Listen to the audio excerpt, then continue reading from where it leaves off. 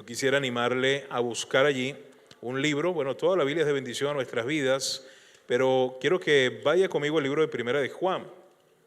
Primera de Juan, o la carta, la epístola del apóstol Juan, es una carta hermana de otras dos más.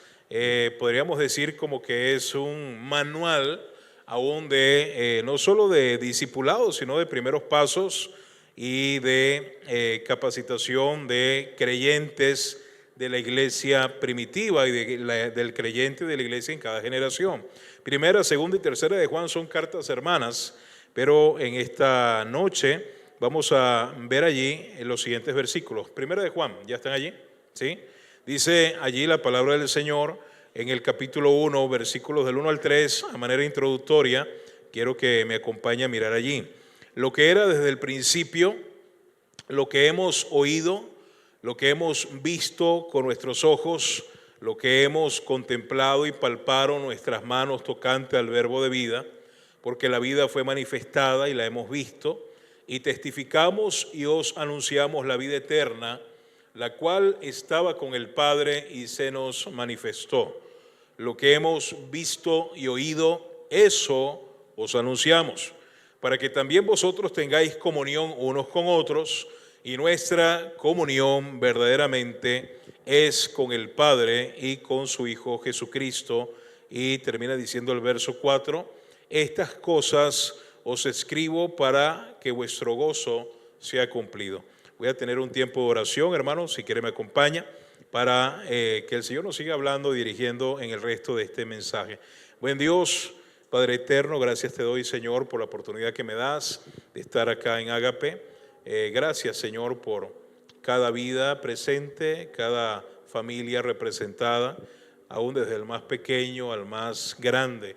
Conoces cada deseo, cada anhelo y cada petición de nuestros corazones, pero sobre todas las cosas, en estos próximos minutos, Señor, seas tú usando tu palabra y tu Espíritu Santo para no solo enseñarnos, instruirnos, alimentarnos, pero también retarnos, avivarnos y aún si es necesario confrontarnos, para que no solamente nuestro entendimiento quede con fruto, sino que también podamos salir diferente a como llegamos, habiendo tomado decisiones, habiendo sido alentados, animados y confrontados por tu palabra. Gracias, Señor, por cada verdad, cada principio que puede resaltar de estas páginas, aún para nuestro tiempo, siguen vigentes, siguen latentes y patentes, siguen siendo reales, siguen siendo actuales. Y ayúdanos, Señor, a poder en nuestros corazones darle el lugar que tu palabra merece. En nombre de Jesús te ruego por estas cosas. Amén y amén. Primera de Juan, hermano, es una carta que tiene un contexto interesante que creo que todo creyente, así con cada libro de la Biblia, debe entender, debe conocer. Es considerada, Primera de Juan, junto con otras cartas, está incluida en ese grupo de lo que se llaman cartas o epístolas universales, hablando de que es para todo creyente de toda generación. Hablando también de que no va dirigida específicamente a una iglesia local en particular en el momento en que fue escrita. También haciendo mención de que su contenido y su manual, por así decirlo, como un manual de instrucción, atiende a la necesidad de cada creyente y de cada iglesia, no importa la época, no importa el lugar, no importa las condiciones. No así con instrucciones específicas que vemos con cartas muy particulares, ya sea a colectivos o ya sea a individuos, como por ejemplo cartas como Colosenses, Efesios, Filipenses, o en contraste cartas como a Timoteo, a Tito, a Filemón. Tenemos en Primera de Juan una carta que podríamos decir, o algunos dicen, o algunos estudiosos dicen, que es una carta que atiende las necesidades más básicas de los nuevos creyentes. Pero si miramos un momento, aquí a manera introductoria, en el capítulo 2, los siguientes versículos, hermano, versículo 12 al versículo 14, vamos a encontrar que la carta de Primera de Juan va dirigido realmente a toda clase de creyente. Vamos a ver versículo 12, os escribo vosotros, hijitos, porque vuestros pecados os han sido perdonados por su nombre. Ahí está hablando a un grupo de creyentes dentro de la iglesia que comparten características en común, y el Señor a través del apóstol Juan utiliza un lenguaje muy fraternal, muy paternal, usando el término hijito, y hace mención a que este grupo de creyentes dentro de la iglesia saben o deben saber que sus pecados han sido perdonados. Sin duda alguna está hablando de hijos de Dios. Y ahorita vamos a ver, hermano, por qué le llaman así hijitos. Versículo 13 dice: os escribo a vosotros padres, un segundo grupo dentro de la iglesia, porque conocéis al que es desde el principio. Y quiero aclarar lo siguiente: cuando habla aquí de los padres no se refiere a padres en un sentido literal, como aquellos que forman una familia, un hogar, sino que realmente está hablando de aquellos hermanos en la iglesia que cuentan con características de responsabilidad, de madurez cristiana, de testimonio. Es decir, estos padres es lo más similar a lo que encontramos en la Biblia de un creyente maduro. Entonces, en contraste, vemos que hay dos grupos acá por ahora: los hijitos y los padres. Y si los padres son los creyentes maduros, pues ¿quiénes serán los hijitos?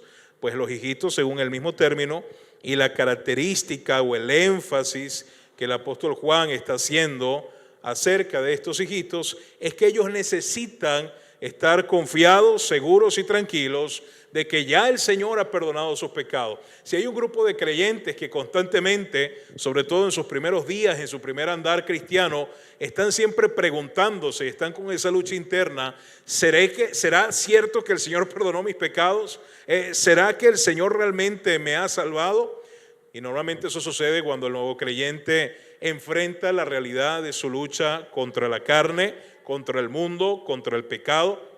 Es natural que como nuevos creyentes recién nacidos en Cristo tengamos alguna situación de inseguridad, de incertidumbre, ya sea por falta de conocimiento, ya sea por falta de instrucción o por falta de inmadurez, o mejor dicho, por falta de madurez.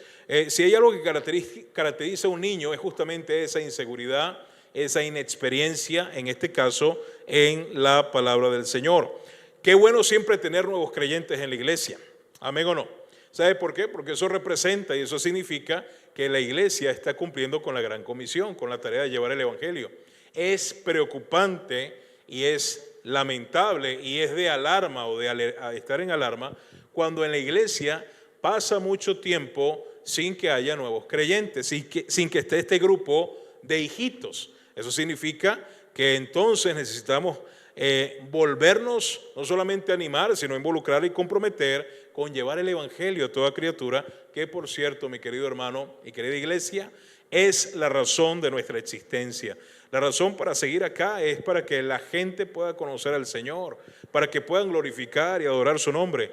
Pero ¿cómo oirán si no hay quien les predique? ¿Cómo van a saber de aquel que les ha amado y ha pagado un alto precio por su libertad? Entonces tenemos el grupo de creyentes, podríamos decir nuevos creyentes, con la necesidad de ser alimentados, con la necesidad de ser cuidados, con la necesidad de ser instruidos, con la necesidad de ser guiados, protegidos, alentados, animados, ser llenos de seguridad, de confianza. Aquí el apóstol Juan les llama hijitos.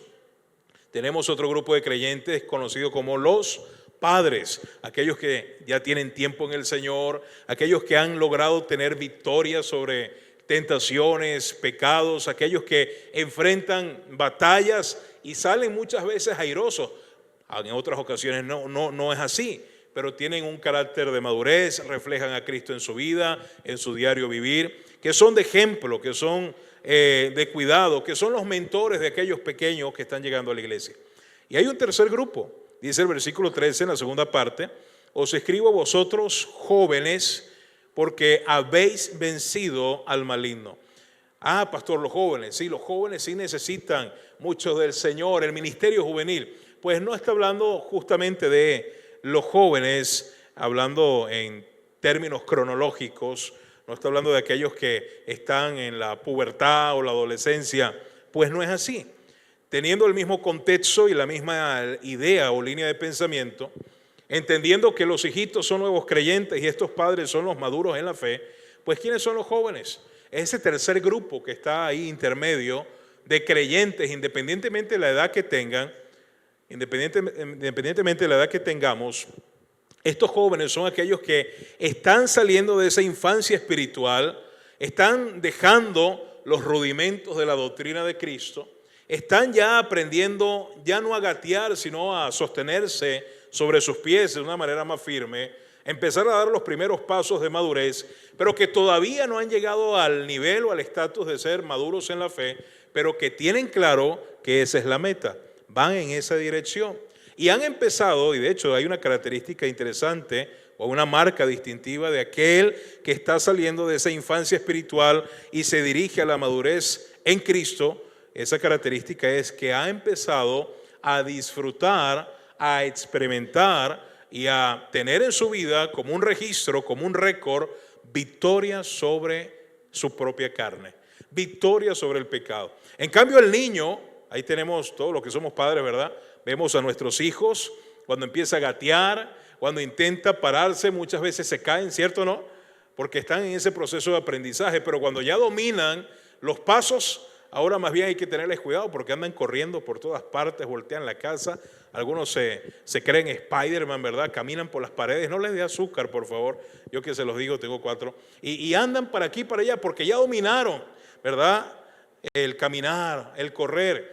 Pero a medida que va pasando los años, el niño va saliendo de esa etapa. No sería normal, por ejemplo, no tengo mucho aquí con quién meterme, pero no sería normal, ¿qué les parece a ustedes que el próximo domingo entre por esa puerta el hermano Libardo, pero entre con unos pañales?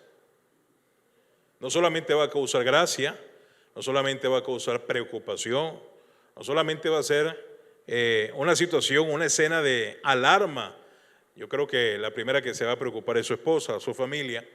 El pastor iba a decir, hermano, ¿qué te pasó, hermano? ¿Retrocediste?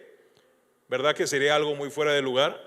No esperamos eso de alguien que con tiempo en el Señor se comporte o tenga características y señales de la infancia. Pero sucede, hermano, la triste realidad es que habemos personas y creyentes y podemos pasar años en una iglesia. Podemos pasar 5, 7, 10, 15 y algunos hasta se jactan en decir, tengo 30 años de cristiano, tengo 20 años en el evangelio.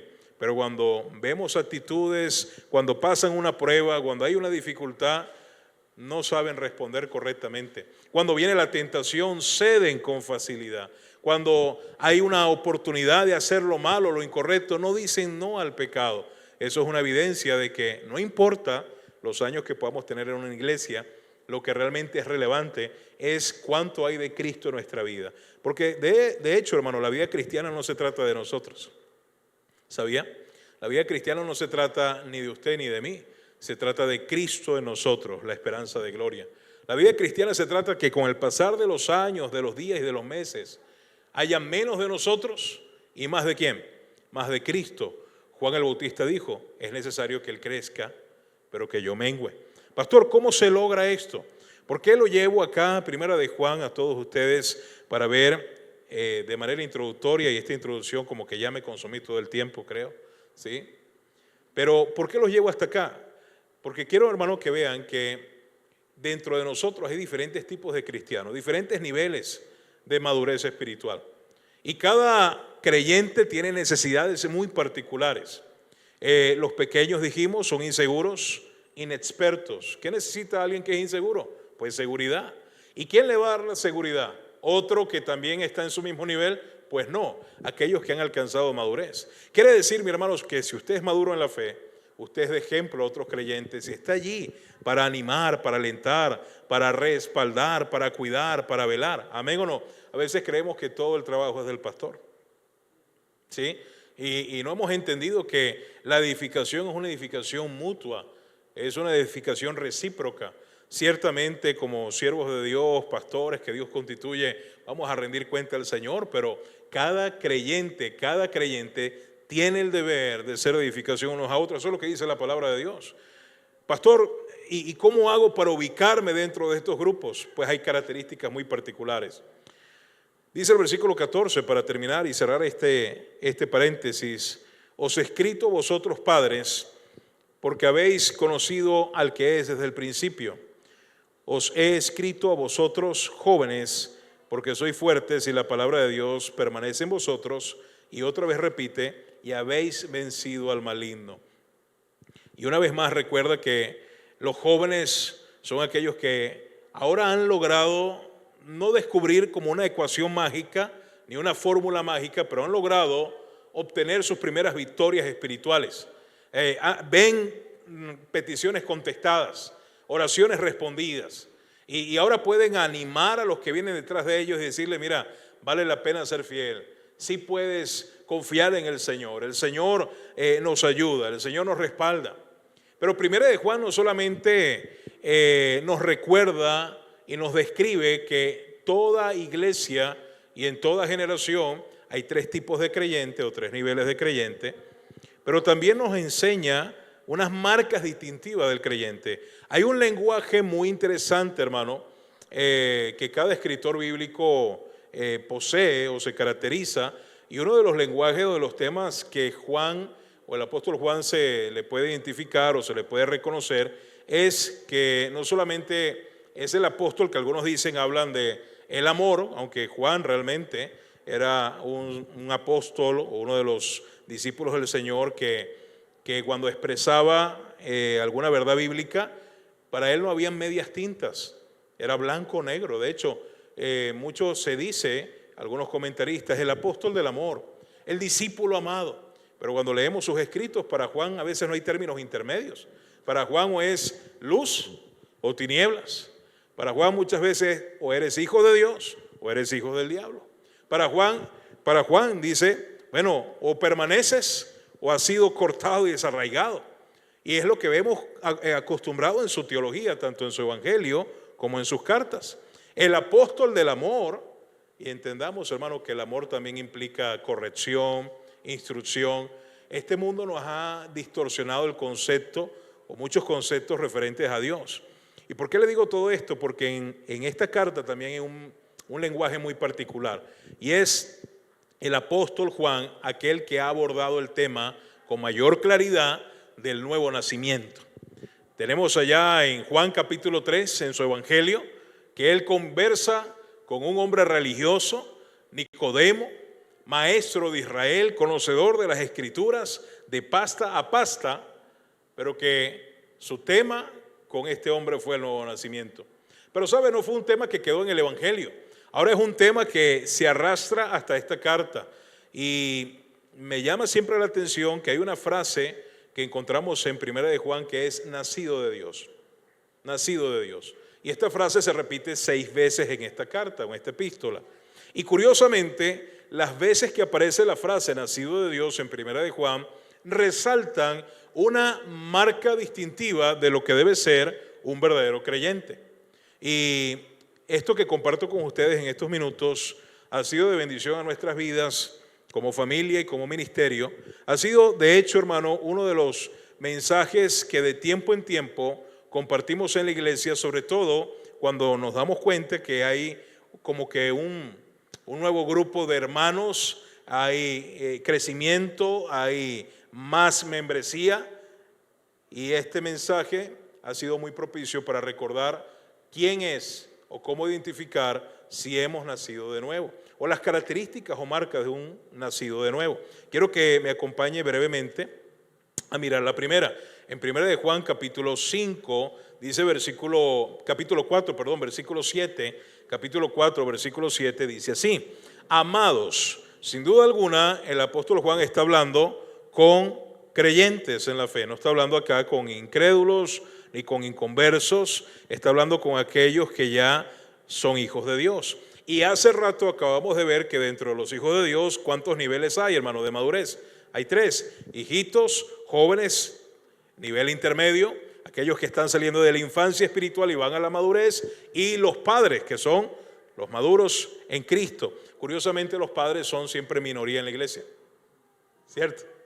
Curiosamente, los hijitos abundan en la iglesia, casi siempre son la mayoría, y algunos ni siquiera quieren salir de esa esfera o de ese nivel de infancia o esa área de infancia espiritual, sin importar cuántos años puedan tener en la iglesia.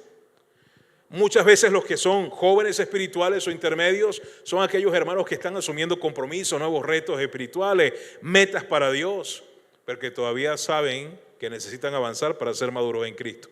Teniendo eso en mente, el término amados va dirigido a los tres, a los hijitos, a los jóvenes y a los padres. Amados, y esto es para los tres. Independientemente, hermano, cuál sea tu nivel espiritual, el Señor te recuerda que te ama. Amén. Eso es causa de gozo, hermano. Eso es satisfactorio, es gratificante. Independientemente en el nivel que tú te encuentres en tu caminar con Dios, si conoces a Cristo, si has nacido de nuevo, tú eres amado de Dios. Pero hay una demanda de nuestro Dios. El Señor, hermano, no nos pide que hagamos algo que Él no nos haya capacitado. Una vez un hermano en un servicio especial dijo la siguiente frase y no la puedo olvidar. Dijo lo siguiente, hablando acerca del perdón y acerca del amor, y quiero compartirla con usted. Solo un corazón que conoce el perdón de Dios, solo un corazón que conoce el amor de Dios, estará capacitado para perdonar a otros y para amar a otros. ¿Por qué digo esto, hermano? Porque no podemos dar lo que no tenemos. No se puede dar lo que no se tiene. Y no es casualidad que el Señor inicie este verso recordándonos cuánto Él nos ha amado, para ahora pedirnos a nosotros que así como Él nos ha amado, ahora nosotros debemos ¿qué? Amar a otros. Amados, amémonos unos a otros. ¿A quién en particular? Está hablando de la coinonía que debe haber en la iglesia, entre los hermanos, entre la familia de la fe. Amados, recuerda, Dios te ha amado. De la misma manera debes amar a tu hermano en la fe, debes amar a tu hermana en la fe. Y podemos ser un poco más prácticos y ampliar un poco esta idea. El apóstol Juan en el capítulo 4, aquí mismo al final dice, ¿cómo podemos hablar del amor de Dios? ¿Cómo puedes decir que amas a alguien en la fe cuando ves que tiene una necesidad y le dices y le despides? Bueno, anda, Dios te bendiga. Voy a orar por ti, hermano. Teniendo tú o teniendo yo el poder para poder ayudarle o ser de bendición y mostrar el amor de Cristo. Muchas veces, hermano, espiritualizamos cosas, ¿sí? Romantizamos ideas y conceptos cuando realmente el Señor quiere que seamos más prácticos, que actuemos, seamos más sencillos, seamos más directos. ¿Sabe? El amor de Dios no se queda en palabras, el amor de Dios se demuestra. Él es el ejemplo. Dice en Romanos 5:8, más Dios muestra su ¿qué? Su amor. Él no dijo, mira, yo desde acá, desde el cielo, ¿verdad? Quiero que sepan, yo los amo. ¿Sí? No nos envió nubes de corazones. De hecho, la mayor manifestación del amor de Cristo es allí en la cruz. Un cuerpo lacerado, molido, triturado, ensangrentado, gota a gota, goteando gota a gota, lleno de heridas, su piel desgarrada, expuesta, huesos allí, ¿verdad?, expuestos, entregando hasta cada aliento, cada fuerza, recibiendo corriente, espasmos, ya que grandes clavos atravesaban sus nervios principales. Esa es la muestra de amor de Dios a nosotros. Sacrificio, entrega. Amémonos unos a otros, porque el amor es ¿de quién? Es de Dios. Y a propósito, ¿verdad? La iglesia Ágape, iglesia del amor incondicional, ahí está. El amor es de Dios. Todo aquel que ama es ¿qué, hermano? Es nacido de Dios. Ahí está la expresión que quiero que vea y que en casa usted puede ver de manera más particular, puede estudiarla, es muy interesante, es edificante.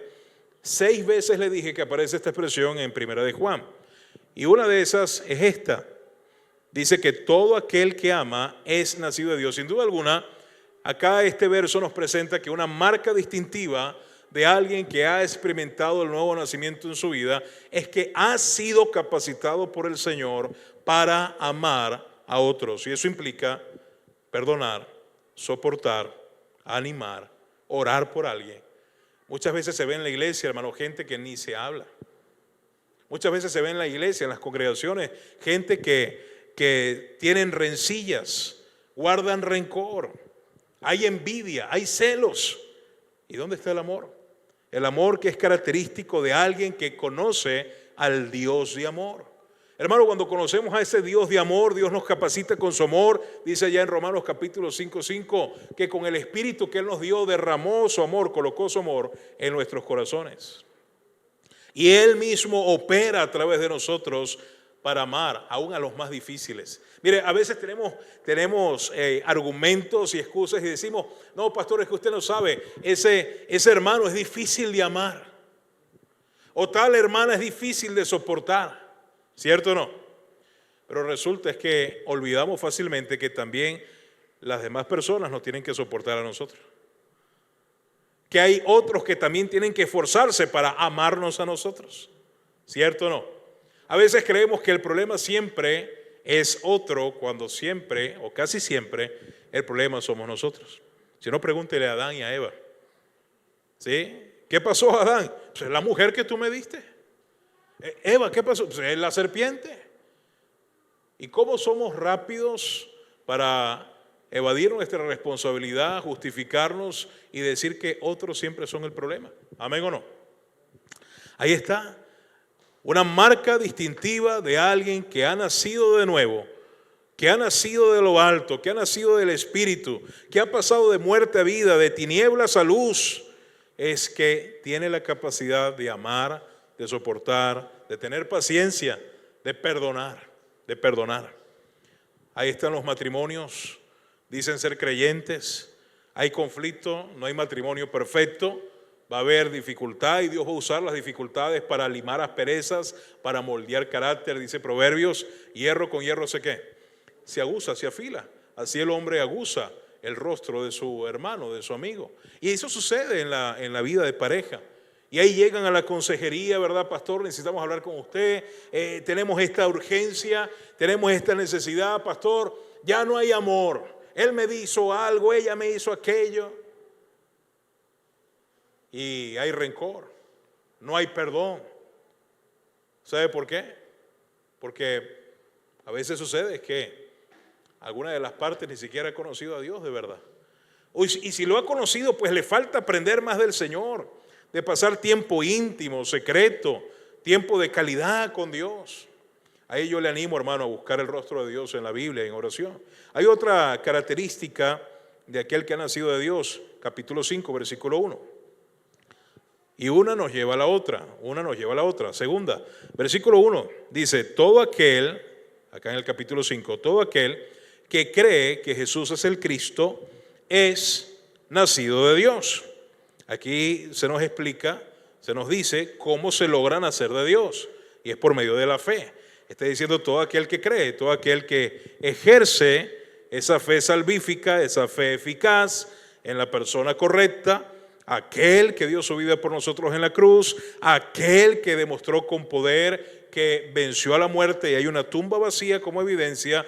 Todo aquel que deposita su fe en Jesucristo nace de nuevo, nace de Dios. Pero todavía no hemos visto la característica. Y todo aquel que ama al que engendró, ama también al que ha sido engendrado por él. En esto conocemos que amamos a los hijos de Dios, es decir, a nuestros hermanos. Cuando amamos a Dios, ¿y qué dice el final, hermano? Y guardamos sus mandamientos. Si usted prestó atención y nos dimos cuenta, el versículo 1 del capítulo 5 está enfatizando lo que ya aprendimos en el versículo 7 del capítulo 4, por tanto no vamos a redundar. Pero hay una segunda característica o marca distintiva de alguien que ha nacido de Dios, y la vemos en el versículo 2, lo voy a leer una vez más. En esto conocemos, es interesante el término conocer allí, habla de saber por medio de evidencias, habla de conocer algo por medio de la observación, algo que valida, en este caso, algo que legitimiza el nuevo nacimiento de una persona. ¿Y qué será aquello que da legalidad, legitimidad y validez a alguien que dice haber nacido de Dios? Aparte de amar a su hermano. Ahí está el versículo 2. En esto conocemos que amamos a los hijos de Dios cuando amamos a Dios y guardamos sus ¿qué? Ok, ya estoy entendiendo, dirá alguien. Guardar los mandamientos, eso se resume en una palabra: obediencia. Pastor, yo pensé que guardar los mandamientos era tomar la Biblia, como hago luego de cada servicio, y la engaveto, y yo la pongo bien guardadita para que no se ensucie, para que no se moje, para que no se manche, y a veces hasta se me olvida porque no sé dónde la guardé, tan bien guardada la tengo, que cuando la busco no la encuentro. No, eso no es guardar los mandamientos, es más bien atesorarlos en nuestro corazón, en nuestra mente, aplicarlos a nuestra vida y comprometernos con Dios a ponerlos por obra, a ponerlos en práctica. En resumen, es obediencia. Es decir, alguien que ha nacido de nuevo se caracteriza por una vida de obediencia. ¿A quién? A Dios. Podríamos entonces concluir, hermano, o entender de este verso que la evidencia de que amamos a Dios lo vemos en nuestra obediencia. Es cuando le obedecemos. ¿Cuántos acá son padres? Y lo que más anhela un padre es que sus hijos le ¿qué? Y cuando tus hijos no te obedecen, hermano, ¿cómo está tu corazón? ¿Cómo se pone nuestro corazón? A veces tenemos hijos muy pequeños, ¿verdad? Que uno de repente le va a costar experimentar en esa etapa, ¿verdad? No nos afecta tanto si el niño, ¿verdad?, nos obedece o no, aunque debería afectarnos. Pero sobre todo cuando va creciendo, a medida que va creciendo, ya es preadolescente, adolescente, lo que más temor tenemos es que nuestros hijos se nos rebelen y que empiecen a obedecer a otros, a extraños, a gente que no tiene ningún bien para ellos, ninguna buena intención, y empiecen a desobedecernos. Es lo que más tememos. Pero lo que más anhela un padre es que sus hijos le obedezcan. Y debemos entender, hermano, que cuando nuestros hijos nos obedecen es una muestra de amor y de reverencia y de respeto de nuestros hijos. ¿Hacia quién? Hacia nosotros, los padres. Pues sabe, con Dios funciona igual. El Señor dice, mira, en esto se sabe, Guillermo, si tú me amas. En esto yo sé si tú realmente me amas. ¿En qué, Señor? En cuanto me obedeces. Y eso es fuerte, hermano. Y es tremendo y es confrontativo. Porque entonces tendríamos que evaluar cada área de nuestra vida cristiana y ver si realmente estamos obedeciendo a Dios o estamos haciendo lo que nosotros creemos o pensamos que es tal vez política o moralmente correcto. Pero sabe, el Señor nos ha dado principios, estatutos para nuestro bien, para cuidarnos del pecado, para cuidar a nuestra familia, para bendecirnos, para usarnos, para respaldarnos, y siempre y cuando usted y yo nos mantengamos dentro de esos lineamientos, ahí está la bendición, la mano y la aprobación de Dios. La obediencia es fundamental. Mira, hay gente que le ha costado hasta la vida. Hubo un hombre que le costó hasta el reino el no obedecer, ¿sí recuerda? Aquel hombre se le dio instrucciones, mira, ve allá a ese pueblo enemigo de Israel y vas a destruirlo, vas a acabar con todo. Pero Señor, eso parece muy radical, Señor, eso parece muy fuerte. ¿Cómo yo voy a matar niños? ¿Cómo voy a matar mujeres? ¿Cómo voy a matar a gente inocente? Y él pretendió ser más benevolente y bondadoso que Dios. Y hay que tener cuidado con eso, hermano. Y regresó de la batalla, habiendo perdonado no solamente al rey, al más perverso de ese pueblo, perdonó animales y con una falsa espiritualidad tenía ya una coartada, un argumento listo para decírselo a Samuel. No, es que yo le perdoné la vida a estos animales para dedicarlos al Señor, cuando el Señor había dicho claramente que tenía que acabar con todo. ¿Sabe usted, hermano, que toda obediencia parcial el Señor la interpreta y la asume como una desobediencia? Repito, toda obediencia parcial es desobediencia. En otras palabras, toda media verdad realmente es una mentira. También aplica el mismo principio. Y ahí está el rey Saúl. Y Samuel le tuvo que recordar, mejor es obedecer. Mejor es obedecer que los sacrificios. Y el prestar atención a mi palabra que la grosura de los ¿qué? De los carneros. Y desde ese momento, para Dios, Saúl dejó de ser el rey. Aunque siguió reinando sobre el trono de Israel, para Dios ya él no era el rey. Dios se había provisto de alguien conforme a su corazón. ¿Un corazón qué? obedecía. Marca distintiva de alguien que ha nacido de Dios. Número 1, es capacitado por Dios para amar ¿a quién? A sus hermanos, a los hermanos en la fe. Y eso implica soportar, orar, perdonar, animar, respaldar, ayudar, alentar, levantar.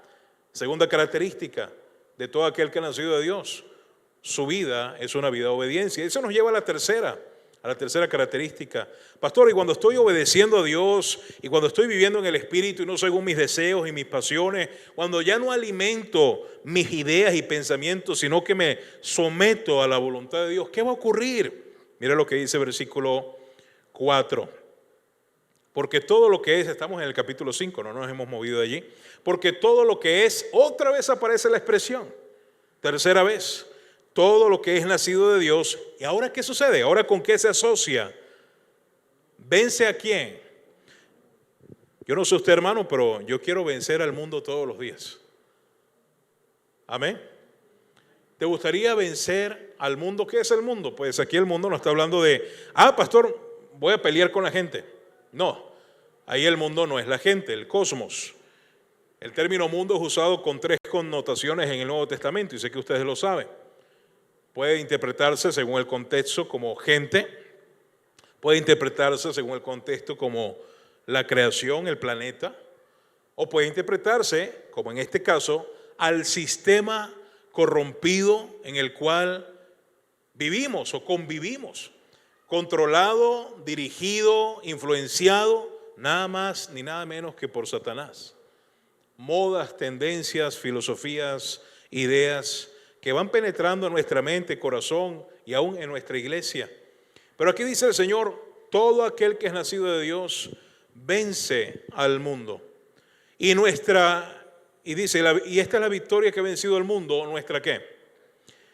Quiero hacer énfasis porque además es curioso, es interesante esta palabra. Dice que el creyente puede vencer el pecado. Mi hermano, Dios quiere que usted pueda vivir una vida en victoria. Dios nos llamó a ser vencedores, ¿amén o no?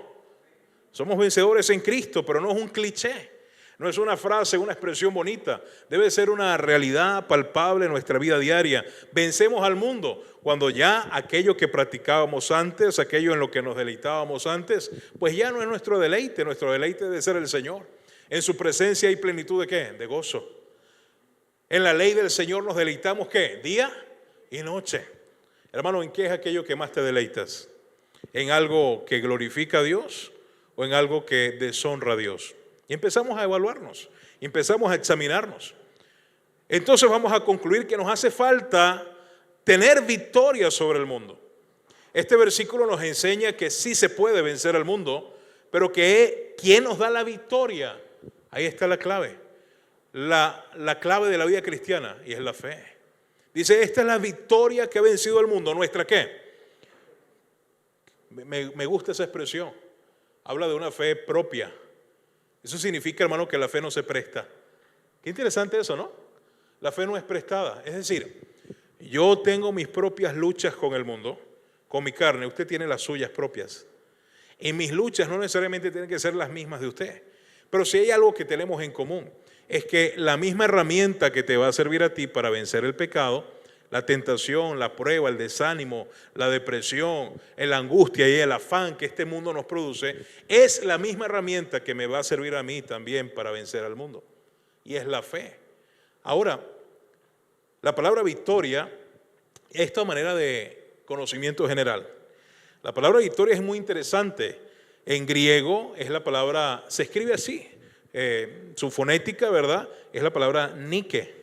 Pero qué curioso, ¿le suena familiar esa palabra Nike? Nike. Y qué curioso que el símbolo de Nike es, algunos no sé si se han detallado, pero realmente es una V de victoria. No puede ser, pastor, no había caído en cuenta en eso. Sí, mira, nos roban cosas hasta de la Biblia, este mundo. Sí. Por eso son tan populares, ¿verdad? La palabra victoria es esa palabrita en griego. Pero más que eso, por eso le dijera a manera de cultura general, dice que lo que nos da la victoria es la fe. Y no puedo evitar pensar en Romanos 10:17. Romanos 10:17, ¿qué dice, hermano? Fácil. Se las puse fácil hoy porque es miércoles de oración. Sí, Romanos 17 dice que así la fe viene ¿por qué? Por el oír, y el oír la palabra de Dios. ¿Y qué tiene que ver Romanos 17 con 1 de Juan 5:4? Bueno, porque aquí el apóstol Juan nos dice: hey, creyente, iglesia, hermano, hermana, vas a vencer al mundo con tu fe. Tu fe te va a dar victoria sobre las tentaciones, sobre las luchas diarias. Eso significa que mi fe debe ser alimentada, debe ser robustecida, debe ser fortificada, debe ser equipada. Y lo único de lo que la fe se alimenta, adivine de qué es: de la Biblia. La fe no se alimenta de historias, ni de películas, ni de cuentos. Lo único que va a fortalecer, acrecentar, robustecer nuestra fe es una enseñanza bíblica, es un alimento puro y sano. Quiere decir que mientras más Biblia yo pueda tener en mi mente y corazón, pastor, mi fe va a ser más fuerte para enfrentar la tentación. Como dijo, ¿verdad?, aquel filósofo antiguo. Eso. Sí. Significa, pastor, que mientras más me congregue, fielmente venga a la iglesia y me siente con la actitud correcta a que la palabra, la exposición de las escrituras que hace entender a los simples, que alumbra los ojos, va a ayudarme a que mi fe se alimente y crezca. Y entonces cuando venga la prueba y venga la tentación, tú podrás hacer frente ante ella, hermano, porque tienes la fe suficiente y necesaria para salir victorioso. Pero ¿quién logra eso, pastor? ¿Quién logra? El que es nacido de Dios. El que ha nacido de nuevo puede contar esas experiencias. Si no, mire el versículo 5. ¿Quién es? Esa es la pregunta. Es una pregunta, además de interesante, es la pregunta correcta, la pregunta del millón. ¿Quién es el que vence al mundo? ¿Quién puede vencer tantas tentaciones, pastor? Mire el mundo cómo está. Mire el internet, las redes sociales, cómo nos tienen bien entretenidos y adormecidos y todos nuestros sentidos bien cautivados, ¿cierto o no? ¿Cómo se puede vencer eso? Pues ya nos dicen, con la fe. ¿Quién puede vencer al mundo? Sino el que cree que Jesús es el Hijo de Dios. Es decir, el único ser extraño, el único bicho raro sobre la faz de la tierra que puede vencer al mundo es el creyente. Porque así creen la gente que somos, bichos raros. ¿Cierto o no? Ay, no, mira ya. ¿Qué le habrá pasado? Empezó a ir a esa iglesia, le lavaron el cerebro. Y bueno, buena falta que nos hacía. ¿Amén o no? Y buena falta que le sigue haciendo falta a mucha gente. Ahora, solamente he hablado de 3 características, voy a dejarlo en 5, ¿verdad? ¿Sí? ¿Sí se puede? Sí, ya ni modo, ya el pastor me dice, no, ya el daño está hecho. Ya. Ahora, marcas distintivas de alguien que ha nacido de Dios. Número 1, ama ¿a quién? A ver, ayúdeme, que se me olvidaron. ¿Ama a quién? A sus hermanos en la fe, a sus hermanos en Cristo. Segunda característica, marca distintiva de alguien que ha nacido de Dios. Obediencia, obedece, no se resiste, sí, va a haber luchas, claro que sí, hermano. Arrastramos todavía esa carne pecaminosa, esa pecaminosidad, esa naturaleza, pero nuestro deseo va a ser honrar a Dios. Mire, alguien que realmente conoce a Cristo lucha por obedecer a Dios. Alguien que no conoce a Cristo está entregado al mal, al pecado. No lucha, no le incomoda. Puede estar acá sentado oyendo el mensaje y ahorita sale, ¿verdad? Y hacer sin fin de cosas, estar con una chica, estar con un chico, mirar cuánta porquería se pueda en el internet, irse a una cantina y normal, sin remordimiento. Eso es una evidencia preocupante y probablemente no haya nacido de Dios. Y no ejerce resistencia, es decir, le da igual y le llama por teléfono, hey, fulanito, ¿cómo estás? Ah, bien. Ven, que me llamó el pastor. Y está ahí en la cantina, ¿verdad? ¿Cuántas veces pasa? Pastor, está exagerando. No, más bien me estoy quedando corto. ¿Sí? Pero cuando nacemos de Dios, obedecemos. Cuando nacemos de Dios, vamos a lograr tener victorias con nuestra fe. Cuarta característica, dice ya en el capítulo 3.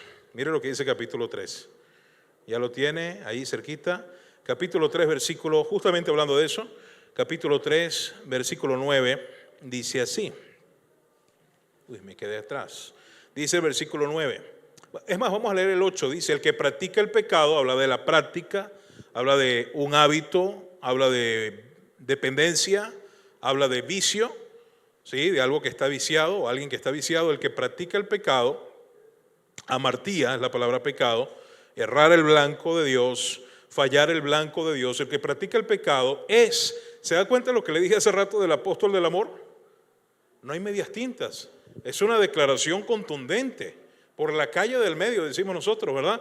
Es del diablo. No dice será, tal vez, puede ser, quizás, maybe. No, dice es del diablo. Dice, el que practica el pecado es del diablo, porque el diablo peca, y esa es la razón, porque el diablo peca es el principio. Para esto apareció, gloria al Señor, el Hijo de Dios, para deshacer las obras del diablo. Versículo 9, el que nos interesa, todo aquel, y otra vez aparece la frase, que es nacido de Dios.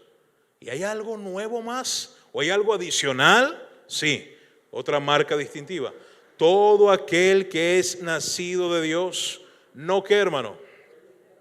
No practica el pecado. Qué interesante, hermano. No está hablando de que, como algunos por ahí dicen, ¿verdad? En Venezuela hay unos grupos bien peculiares de iglesias, de la rama del pentecostalismo, no sé de dónde usted venga, pero algunos afirman que hasta los entrevistan y dicen, tengo 20 años sin pecar. Wow. Dime cuál es tu secreto. No, tengo 20 años sin pecar, ya, yo casi pues, Enoc y después de Enoc yo, el Padre, el Hijo, el Espíritu Santo y yo. Pero hermano, ¿sabe? Tal cosa no es real, no existe. Aún siendo creyentes, pecamos. De hecho, eso lo dice el mismo apóstol Juan en el capítulo 2, versículo 1, dice, abogado tenemos para con el Padre, a su Hijo Jesucristo, y si alguno hubiere pecado, abogado tenemos para con el Padre. Y él mismo se incluye. Un apóstol diciendo que hay y cabe la posibilidad de que peque. ¿Sí? Y de ahí para abajo, imagínense. Seguimos en una lucha con nuestra carne, con nuestras pasiones, con nuestros deseos. Cada día, hermano, necesitamos invocar la presencia de Dios por pureza, por santidad. Todos los días tenemos que rendir cuenta al Señor, ¿sabía? Todos los días, no es de domingo a domingo. Pastor, yo pensé que eran los miércoles de oración, donde yo ponía mis peticiones a Dios. No, cada día, esta lucha es diaria. El libro de Efesios habla de que el Señor quiere que nos vistamos de toda la armadura ¿de qué? De Dios, para estar firmes y resistir contra las acechanzas del diablo, y habiendo acabado todo, estar firmes. ¿Pero cuándo? Habla del día malo. ¿Sabe cuándo es el día malo, hermano, para el creyente? Todos los días. En este mundo todos los días son malos para el creyente. ¿Cómo así, pastor? En el mundo tendréis aflicción. Todos los días somos tentados. ¿Amén o no? ¿Quién acá no es tentado todos los días? Todos los días somos tentados. Todos los días somos probados. Todos los días hay luchas, batallas, mire, internas y externas. Por eso el Señor dice, todo aquel que practica el pecado. El creyente verdadero va a pecar, pero el pecado en el creyente verdadero no debe ser un hábito, no debe ser una constante, no debe ser una marca que lo distinga. Al contrario, el creyente verdadero, el que ha nacido de Dios, va a luchar por querer honrar a Dios, amar lo que Dios ama y aborrecer lo que Dios aborrece. Y va a buscar la dirección de Dios, va a buscar la aprobación de Dios, va a buscar herramientas en la palabra de Dios, va a aferrarse a la oración, aún va hasta ayunar, hermano. De repente yo soy el menos indicado para hablarle del ayuno. Pero vamos a usar esas herramientas, oración, ayuno. ¿Sabe? Hay algo importante, hermano, que nos ayuda mucho en esto. Y nuestro orgullo y soberbia todavía nos impide avanzar en algunas áreas, y es la rendición de cuentas. Me voy a explicar, algunos sí me entienden, no sé si todos. La rendición de cuentas. Sí, pastor, yo le rindo cuenta a Dios. Sí, no, está bien, pero sabes, cuando tú y yo sabemos que flaqueamos, batallamos con cierta área, necesitamos a alguien, un hermano maduro, si es una dama, preferiblemente una hermana en la fe, a la cual o al cual tú puedas acudir con confianza y rendir cuentas y decirle: hermano, pastor, tengo problemas en esta área. Pastor, tengo problemas con el dinero. Pastor, tengo problemas con la mentira. Pastor, tengo problemas con la ira. Yo exploto de la nada. Pastor, tengo problemas con la lujuria. Hermana, la hermana le dice a otra hermana en la fe: hermana, tengo problemas con el chisme. Y te confieso, mira, todo lo que me dijiste ayer y me confiaste, tengo unas ganas de decírselo a la gente. Ahí la hermana va a orar bastante por usted, hermana. ¿Sí? Pero sabe, la rendición de cuentas nos va a ayudar, ¿sabe qué, hermano? A poder descansar y apoyarnos en alguien que conoce también nuestra debilidad. Y hacer esa dupla, ¿no? De el hermano mayor, el hermano menor, la hermana mayor. ¿Sí me explico? Necesitamos eso. Pero ¿cuántas veces se hace, hermano? ¿Cuántas veces nos andamos por ahí batallando solos, en silencio, a escondidas? Porque el pecado es vergonzoso. Pero ¿cuántas veces nos estamos batallando y caemos y no logramos, y un día sí y otro día no? Hay que buscar ayuda. ¿Amén o no? ¿Sabe? El Señor dijo que los hijos de este mundo son más sagaces que los hijos de luz muchas veces, y no debería ser así. Mucha gente allá afuera que no tiene a Cristo anda en problemas y busca ayuda. ¿Y en quién busca ayuda? El psicólogo, el psiquiatra, el terapeuta. Y sabemos que eso nos los va a ayudar. Pero aún el ser humano sin Cristo entiende la necesidad de tener el apoyo de alguien. ¿Cuánto más nosotros, hermano, apoyarnos unos a otros? ¿Amén o no? Eso nos va a ayudar a muchas veces vencer el pecado con la ayuda. Mejor son dos que ¿qué? Mejor son dos que uno. Porque si alguno cae, el otro le levanta y ambos tendrán mejor paga de salario. Por eso dice allí: todo aquel que es nacido de Dios no practica el pecado, porque la simiente, Cristo, es la simiente, la semilla de Dios. Allá en Gálatas capítulo 3, versículo 16, el Señor dijo, o recuerda a través de Pablo a los Gálatas: mira, yo hice una promesa a Abraham, que de su simiente serían benditas todas las familias de la tierra, y a su simiente fue hecha la promesa, la cual es Cristo. Y ahora esa simiente, Cristo en nosotros. Hermano, mire esto, mire esta maravilla. Cuando estamos enfrente de la tentación, no estamos solos. ¿Quién nos acompaña allí? Cristo. Y la parte triste es la siguiente: cuando cedemos al pecado, Cristo sigue allí con nosotros. Es testigo presencial de nuestra caída, de nuestra falencia. Pero ahí está, hermano, Cristo para ayudarnos. El primero, el que no nos abandona, el que ha prometido una presencia permanente en nosotros. Vamos a repasar para ir terminando.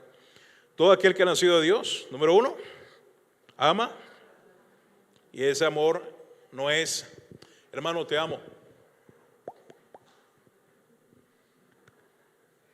Sí recuerdan, ¿verdad? Algunos, bueno, no sé si recuerdan. Lo que pasa es que de donde yo vengo, el deporte más prominente no es el fútbol. Ahorita está teniendo auge, pero es el béisbol, ¿no? Había un pelotero, un beisbolista, en la década del 2000, por allí, casi finales de los 90, principios del 2000, que cuando daba un jonrón, era un pelotero, un beisbolista dominicano, famoso, daba un jonrón, saludaba al público y saludaba a la gente, así con besitos, ¿verdad? Y señales, ¿verdad? Muestras de amor y afecto. Pues sabe, hermano, eso no es simplemente amor. Amor es perdonar, amor es olvidar, amor es ayuda, amor es misericordia. ¿Amén o no? ¿Sí recuerda, hermano? Sammy Sosa. Sí. Chicago Cubs, ¿eh? Entonces hacía así y daba besos a todo el mundo, repartía besos. Y a veces creemos, hermano, que la vida cristiana es: hermano, yo te amo, hermano. Y ves que el hermano ahí se va sin cenar, ¿verdad? Sí, como dicen los mexicanos: invítale los tacos. De repente acá no sé qué es lo que invitan, ¿verdad? Vamos a ver qué invitan al final del servicio. No, mentira. Ya estoy coaccionándolo, ¿verdad? Me dijo un hermano hace poco, ¿verdad?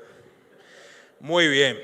Ahora repasamos, hermano. Primera evidencia de alguien que ha nacido de Dios: ama a su hermano. La segunda evidencia: obediencia. La tercera: a ver, ya lo olvidaron. Vence al mundo. Acuérdense de Nike, ¿sí? De Nike. Vence al mundo, tiene victoria. Dios le capacita con herramientas espirituales. Nuestras armas son poderosas en Dios para destrucción de fortalezas, la oración, la Biblia, la coinonía cristiana. Si tú sabes que un lugar te corrompe, un lugar te atrae, te aleja de Dios, pues olvida ese lugar. Si sabes que son personas, un ambiente, un grupo de personas en el colegio, en la universidad, en el conjunto residencial, si esas personas en el trabajo no te acercan a Dios, son personas, hermanos, que si no las puedes alcanzar y ganar para Cristo, mejor es hasta aquí. ¿Amén o no? Es mejor estar bien con el Señor, y tal vez no estamos con el mundo totalmente bien, que estar bien con todos los hombres y estar mal con el Señor. ¿Amén o no? Ahora, la otra evidencia de que alguien ha nacido nuevo es que no practica el pecado. Su vida es transformada, su vida es diferente en todas las áreas y facetas de la vida cristiana. Quiero terminar allí en 1 de Juan capítulo 5, si no mal recuerdo, perdón, capítulo 2, estaba mirando mal la nota acá, capítulo 2, y tiene que ver con el punto anterior. Juan capítulo 2, versículo 29. Si sabéis, y qué interesante, hermano, que la vida cristiana siempre está relacionada con cuánto conocemos a nuestro Dios. Si sabéis que Él, Jesucristo, es justo, sabed también que todo el que hace justicia, sabed también, mire la certeza, el imperativo, el verbo saber está en imperativo, es decir, no hay condiciones, no es opcional, es tajante. Sabed también que todo aquel que hace justicia es nacido de Dios. Y me gusta este verso para terminar, porque nos lleva del ser al hacer. No sé si lo ven. Nos lleva del ser al hacer. ¿Cómo es eso, pastor? Si sabéis que Él es justo. La pregunta que les hago, ¿cómo sabemos, cómo conocemos a Dios? ¿Cómo y en dónde podemos conocer a Dios de manera tan cercana para distinguir sus cualidades, atributos y características? ¿Dónde se logra eso? ¿Sabe dónde? En la intimidad con el Señor. Allí, en ese caminar con el Señor, es que vamos a conocerlo a Él. Pregúntele a Andrés. Pasó una noche con el Señor y su vida fue diferente. No fue el mismo, ¿amén o no? Andrés fue diferente. Andrés y Juan siguieron al Señor y le preguntaron, ¿dónde moras? Le preguntaron, ¿qué? ¿Dónde moras? Y el Señor dijo, ven y qué, ven y ve. Y solamente pasaron unas cuantas horas y Andrés y Juan, pregunto, hermano, ¿fueron los mismos? Sus vidas dieron un vuelco, fue un antes y un después. El Señor Jesucristo vino a este mundo y marcó y dividió los tiempos en antes. ¿Y qué, hermano? Ayúdeme que se me olvida. Y en antes y después. Ahora le pregunto, si el Señor viene a una vida, a una persona, a un individuo, entendiendo que nuestra vida, la vida de una persona puede ser 70, 80 años, un espacio y periodo de tiempo mucho más corto y pequeño que la historia humana, que fue dividida en dos, ¿será que esa persona va a seguir siendo la misma? Si Cristo viene a tu vida y a mi vida, si Cristo está en nuestra vida realmente, ¿seremos los mismos? No, tiene que haber cambios de actitud, de carácter, de pensamiento, de conducta, de relación, de nuestras propias relaciones.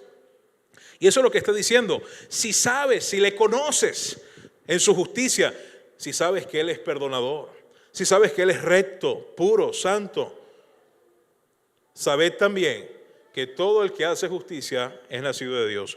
Y esto es uno de esos atributos que se le llama atributos transferibles, o en otras palabras, esas cualidades de Dios que el Señor quiere que usted y yo desarrollemos. La justicia de Dios en este verso expresa esa pureza y santidad de Dios hacia aborrecer lo que no es correcto o moralmente correcto y amar aquello que es correcto. Y eso lo sabemos a través de las Escrituras. Pero no se trata, hermano, solamente de saberlo, dice ahí el versículo, se trata también de hacerlo. Por eso que aquí nos lleva del ser al hacer. Nuestro ser es transformado cuando pasamos más tiempo con el Señor. Usted pasa mucho tiempo con alguien o en un lugar y adopta costumbres, ¿cierto? Hábitos, se le pueden copiar, se le pueden pegar. Si pasamos tiempo con el Señor Jesucristo y nunca será suficiente, pues vamos a copiar, vamos a aprender de Él, vamos a imitarlo a Él. Y cuando salgamos a la vida, al mundo real, adivine qué vamos a empezar a hacer. Adivine qué vamos a empezar a vivir. ¿Qué va a ver la gente en nosotros? A Cristo. La única Biblia que la gente va a leer, porque la gente allá afuera no lee la Biblia. Bueno, si algunos hermanos no leen la Biblia. Pero la gente afuera no lee la Biblia. ¿Cierto? Pero sí, hay una Biblia que leen. Y la única Biblia que van a leer es tu vida y mi vida, hermano. Y la gente necesita ver a Cristo. No vamos a hacer ningún impacto en esta generación. No va a haber ninguna influencia en esta y en la siguiente generación si la gente nos sigue viendo a nosotros. Pero si he nacido de Dios, pastor, entonces la gente debe ver a Cristo. Y eso es vivir en justicia, vivir en rectitud, conforme a su grado. 5 cosas, 5 marcas de alguien que ha nacido de Dios. Ama, obedece, ¿cierto? Victorioso, vence, y su arma es la fe. Vive en pureza, ha dado la espalda a la vida pecaminosa, hábitos y costumbres, y hace justicia, hace lo correcto, honra al Señor, sirve a Dios con sus vidas, está involucrado y entregado al servicio cristiano. Me recuerda esa frase cuando el Señor viene a Juan el Bautista y le dice: mira, vengo para que me bautices.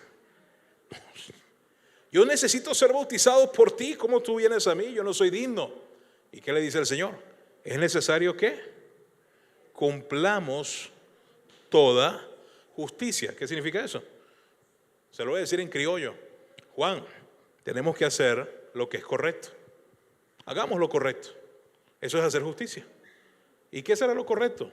Bueno, honrar al Señor, servir al Señor, dedicar nuestras vidas al Señor. Hermano, nuestra mente, nuestros sentidos y todo lo que Dios nos ha confiado no deberían estar enfocados en el mundo, deberían estar enfocados en Dios y su obra. Eso es lo correcto. ¿Sí? Dios te ha dado dones, Dios te ha dado talentos, Dios te ha dado habilidades, Dios te ha dado recursos. Dios me ha dado recursos, Dios me ha dado dones, Dios me ha dado talentos. ¿Dónde tenemos que invertirlos? En el Señor, porque somos deudores. Eso es hacer lo correcto. La pregunta es: ¿estoy haciendo lo correcto? ¿Se manifiestan estas cualidades en mi vida? Yo digo haber nacido de Dios, pero amo. Yo digo haber nacido de Dios, pero obedezco. Yo digo haber nacido de Dios, pero mi vida refleja victoria sobre el pecado, o vivo sucumbiendo ante él. Yo digo haber nacido de Dios, pero tengo hábitos santos o hábitos pecaminosos. Yo digo haber nacido de Dios, pero hago lo correcto, o sigo tratando de agradar al mundo, a la gente, a mis amigos, a mi familia, o agrado a Dios. Son las preguntas que tenemos que hacernos esta noche. Vamos a orar, hermano. Sí, cerramos nuestros ojos y podamos tener un tiempo de meditación, de introspección, de examinación. Dice el Señor en su palabra que nos debemos probar a nosotros mismos, que debemos examinarnos, que debemos mirar hacia adentro, mirad bien. Y no sé, no recuerdo cómo lo acostumbran acá, pero yo quiero simplemente invitarte tal vez a algo diferente. Allá en nuestra iglesia animamos a los hermanos a que tomen decisiones. No podemos decidir por nadie. Como dijimos hace rato, hermano, la fe no es prestada. Las convicciones tampoco deben ser prestadas. Pero vamos a rendir cuenta a Dios por cada pensamiento, por cada palabra, por cada motivo y por cada acción de nuestras vidas. Somos responsables.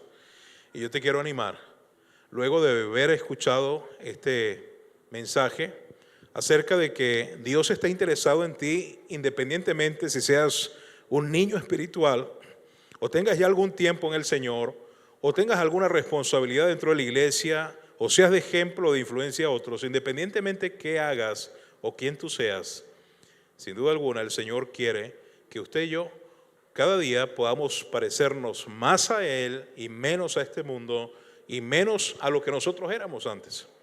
Por eso yo te voy a animar, y no quiero incomodar a nadie, pero que quiero animar, hermano, para que en ese lugar, en ese pequeño espacio de tu área que ocupas en esa silla, en esa zona de confort, a propósito hoy de miércoles de oración, hagas de esa silla un altar.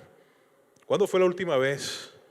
Y no para, escúchame, y no me malinterprete, no es para satisfacer al predicador, en nada es para satisfacer un capricho del predicador. Simplemente, dice Hebreos 10:24, y estimulándonos los unos a los otros a las buenas obras. Quiero estimularlo a las buenas obras.